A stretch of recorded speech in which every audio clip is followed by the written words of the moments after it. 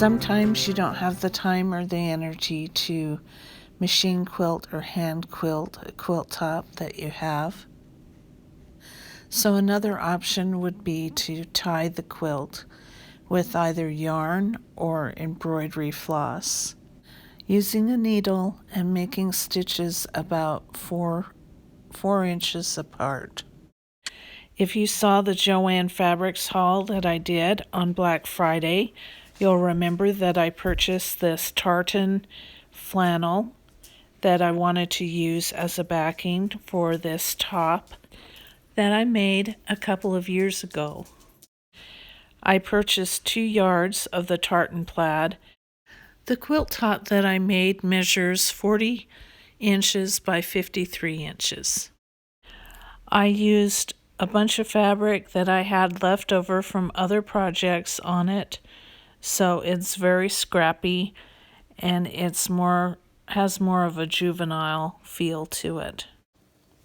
I usually do this next step on the floor, but because the quilt top was no wider than the width of fabric, I decided to do it on my table. So I spread that out evenly with the right side facing down. And then I added a layer of batting on top of that.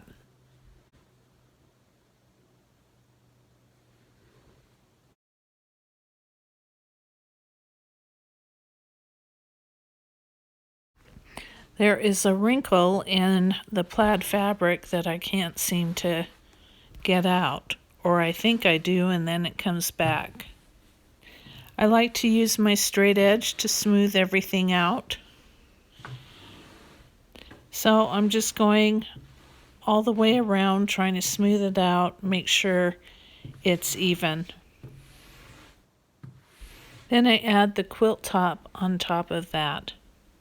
As I'm doing this, I'm making sure, and it's kind of hard with all of the batting hanging over it, but I'm making sure that I have a couple of inches, that my backing is a couple of inches bigger than my batting and my quilt top, because that is going to be my binding. I'm now trimming the batting even with the quilt top, making sure that I don't cut through to the bottom layer of fabric.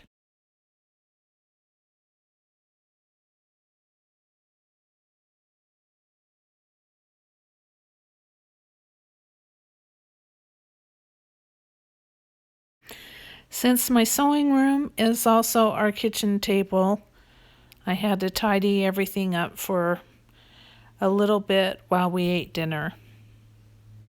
And now I'm back to it. When my brother-in-law and sister-in-law were here visiting, about 8 months ago, they went to a yard sale that had just a big Sterilite container full of thread. My sister-in-law bought it and then told me that I could have whatever thread that I wanted from the container. In the container there were also these 2 skeins of embroidery floss, which I thought I could use, so I picked those up as well. And so I'm going to be using those to tie the quilt. I had originally planned on pinning this quilt and then just leaving it flat and smooth and tying it at the table. And I've done that before, so I know it can be done.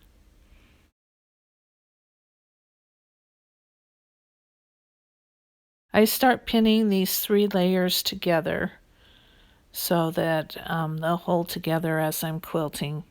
I'm using quilting safety pins, which are those safety pins that are bent and you think that they're broken, but they actually make them like that. I heard a cute story once, and I have no idea if it's true or not, about a husband who saw that all of his wife's safety pins were bent, so he took pliers and he straightened them all out for her. Instead of getting mad or telling him that she had wanted them that way. She just bought new ones.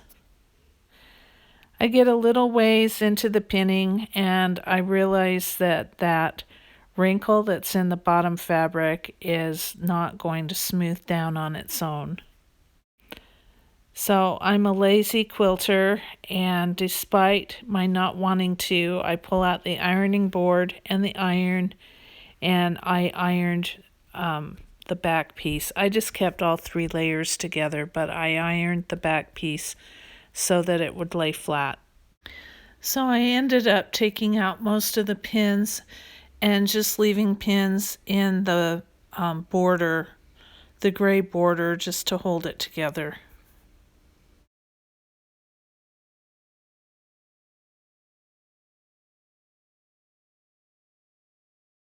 And as you can tell by the big embroidery hoop on the table, I've decided to tie this quilt by using a hoop instead of just laying it out flat on the table.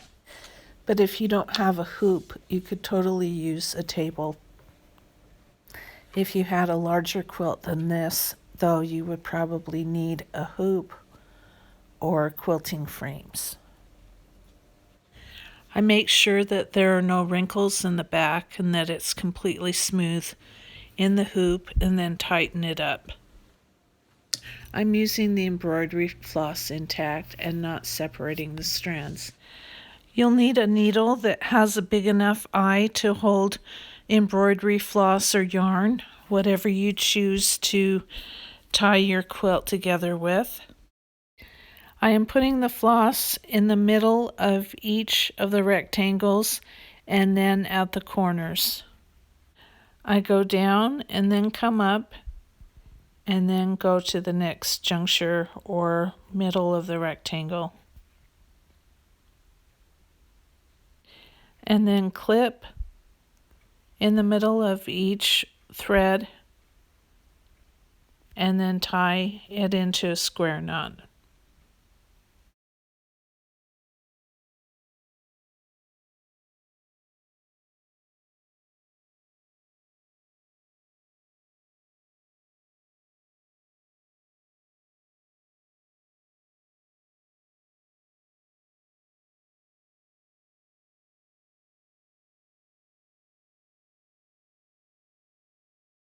I moved over to the table because that's where the camera was set up.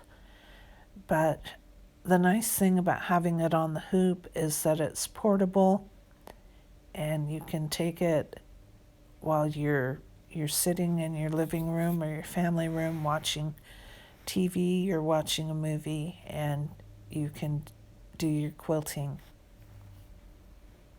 So it's really convenient if you're doing baby-sized or lap-sized quilts. I'm just eyeballing the middle of the rectangles.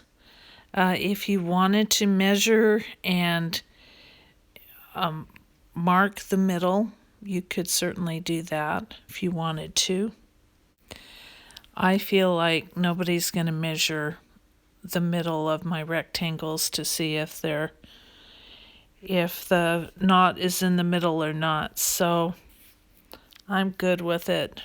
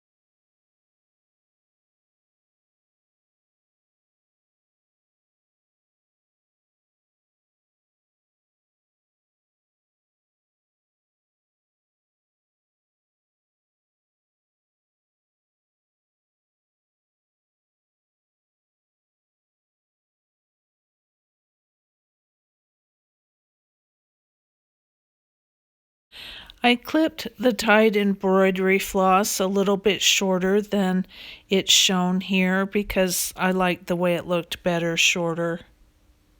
My quilt is all tied and it's ready to get the ends ready to bind.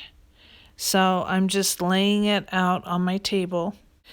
I tucked the backing underneath so that I can trim up the top and the batting layers because I want to use the excess back fabric as binding. I'm measuring 3 inches from the seam of the gray border to the edge of the quilt and trimming off the top layer and the batting.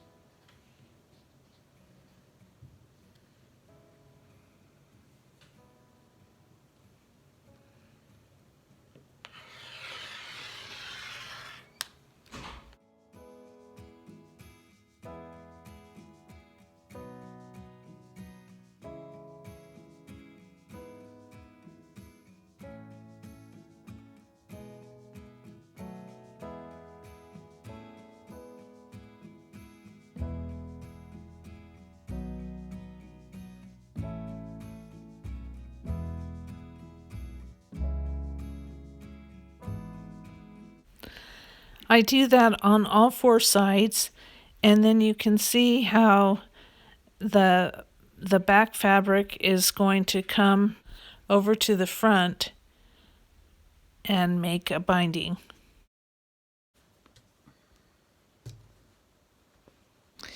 To prepare the quilt for binding, I need to find the edge that has the most narrow width. Measure that and then trim down the rest of the sides to that measurement. I decided to go with a 1.5 inch binding. So I cut off all sides of the overhang material at 1.5 inches, which is to say that I measured from the edge of the batting and the top piece 1.5 inches over to the bottom piece and trim that off. Then I folded the backing to the front and batting layers and then folded it again to lay over on top and pinned it into place. I have been looking everywhere for the video that I took of how to miter the corners on this quilt, and I must not have had the camera running when I filmed it or thought I was filming it. So I'm going to show you right now just with a scrap piece of the tartan plaid and a contrasting piece in yellow. And if this were a real quilt, it would have a layer of batting sandwiched in between the 2 fabrics. So then I start with the one side, folding the backing fabric over once and then over again to the front. I take the top corner and make a diagonal fold so that it resembles a triangle. And then I fold over that bottom piece to the edge and then fold it over again so that it goes over the top. And pin it to secure it. So that's one way to do a mitered corner. And now back to the real quilt. I'm using black thread on my sewing machine. I started stitching a couple of inches away from the corner, and I'm stitching as close to the binding edge as I can without going over onto the gray fabric.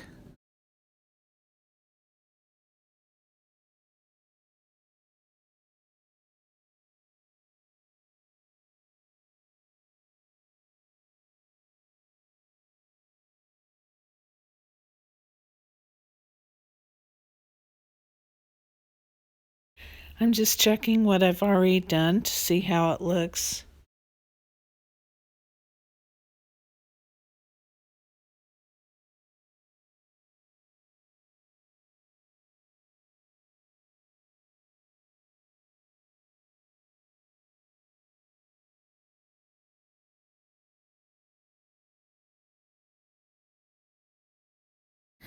The fabric at the corners is very bulky, and so I sometimes have to lift up the presser foot and kind of rearrange things. And as I arrive in the corner, I make sure that the needle is in the next fold of fabric and pivot the fabric around and start on the other side. And then continue on sewing the binding.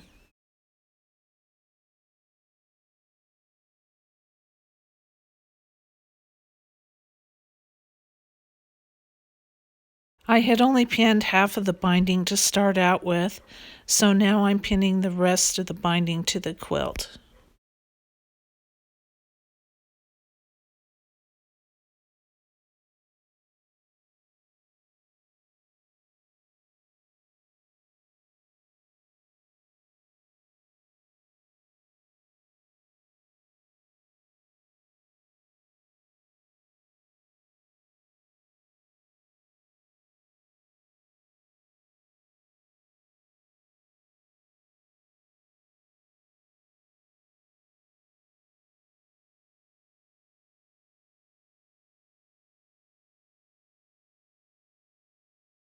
And I'm now at the last 3 or 4 inches of finishing up the binding here.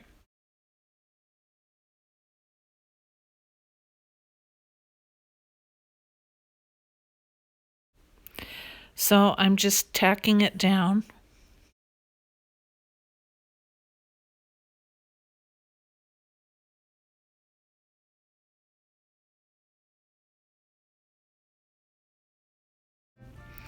And voila, here you have the scrappy tied quilt with built-in binding. It measures 40 inches by 53 inches. This would be a great project to make if you had lots of scraps that you needed to get rid of and some larger pieces that you could use for the backing. You could make these and donate to people who are wheelchair bound or bedridden, or donate to a charity or nursing care facility, or even check and see if your local animal shelter is in need of quilts.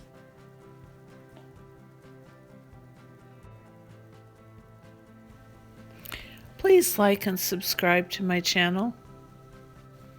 Thanks for watching. Goodbye.